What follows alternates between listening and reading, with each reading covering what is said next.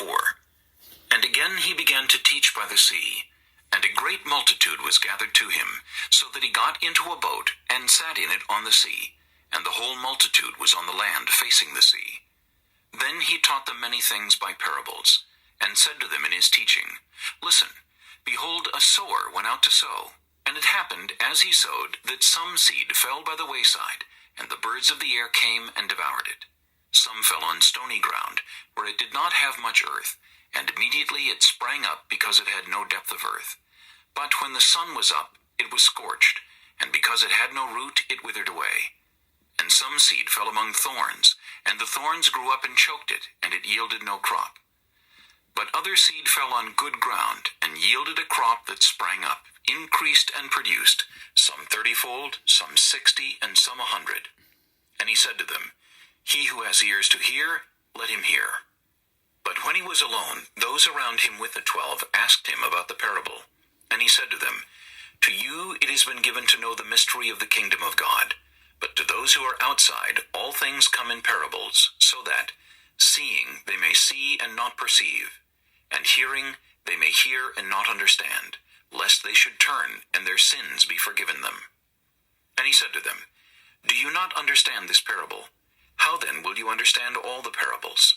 The sower sows the word, and these are the ones by the wayside where the word is sown. When they hear, Satan comes immediately and takes away the word that was sown in their hearts. These likewise are the ones sown on stony ground, who, when they hear the word, immediately receive it with gladness. And they have no root in themselves, and so endure only for a time. Afterward, when tribulation or persecution arises for the word's sake, immediately they stumble. Now these are the ones sown among thorns. They are the ones who hear the word, and the cares of this world, the deceitfulness of riches, and the desires for other things entering in choke the word, and it becomes unfruitful. But these are the ones sown on good ground, those who hear the word, accept it, and bear fruit, some 30-fold, some 60, and some 100. Also he said to them, Is a lamp brought to be put under a basket or under a bed? Is it not to be set on a lampstand?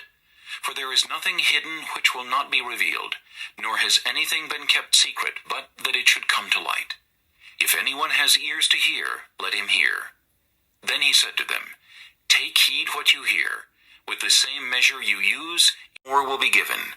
For whoever has, to him more will be given, but whoever does not have, even what he has will be taken away from him. And he said, The kingdom of God is as if a man should scatter seed on the ground, and should sleep by night and rise by day, and the seed should sprout and grow. He himself does not know how. For the earth yields crops by itself, first the blade, then the head, after that the full grain in the head. But when the grain ripens, immediately he puts in the sickle, because the harvest has come. Then he said, To what shall we liken the kingdom of God? Or with what parable shall we picture it? It is like a mustard seed, which, when it is sown on the ground, is smaller than all the seeds on earth.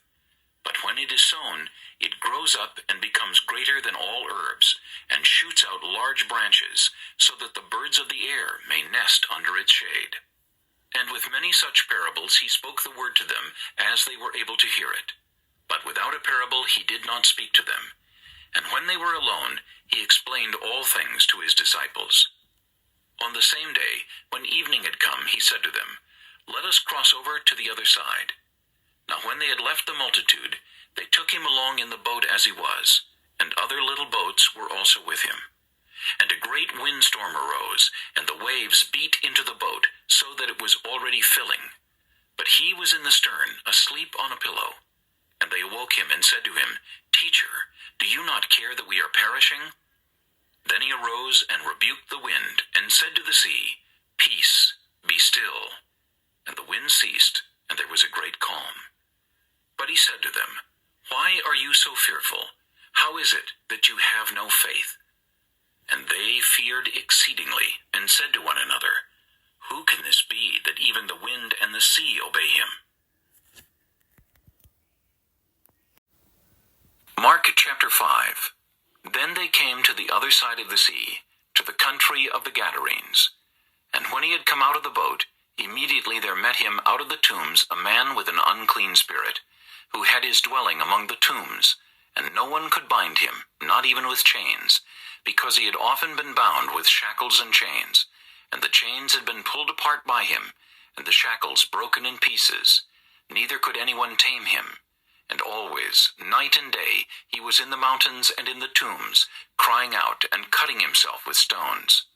When he saw Jesus from afar, he ran and worshipped him, and he cried out with a loud voice and said, "What have I to do with you, Jesus, Son of the Most High God? I implore you by God that you do not torment me."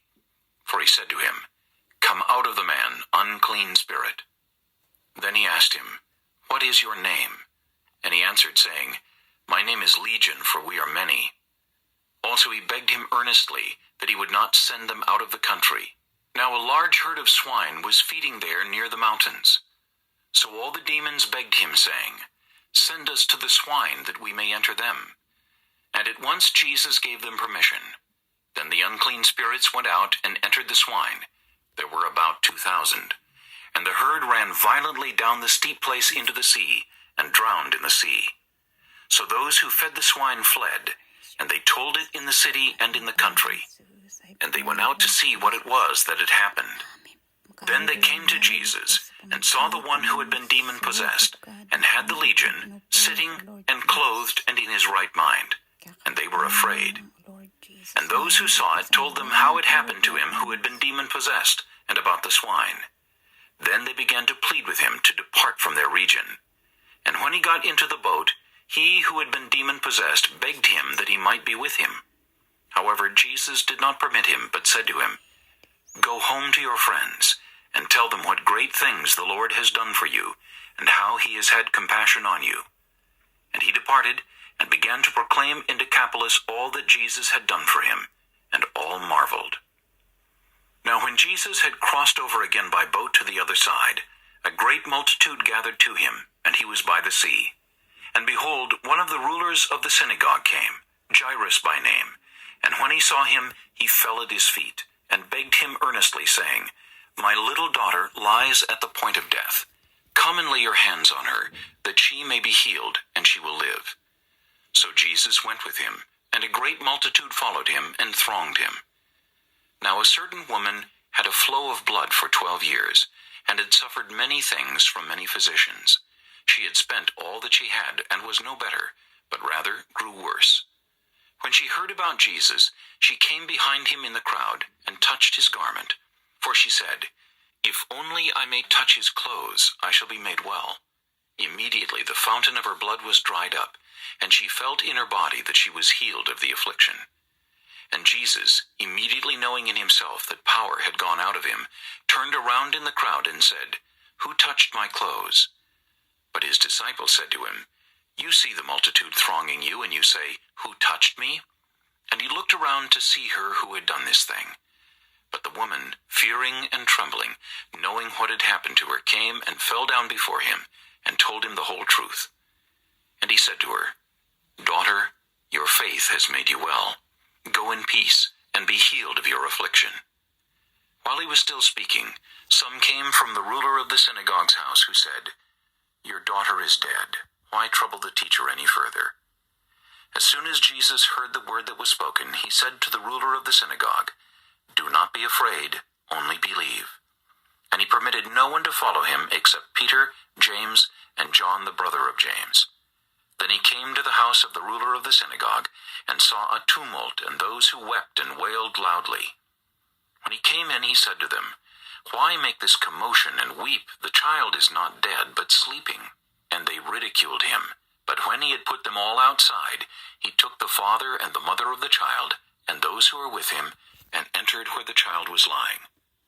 Then he took the child by the hand, and said to her, "Talitha cumi," which is translated, "Little girl, I say to you, arise."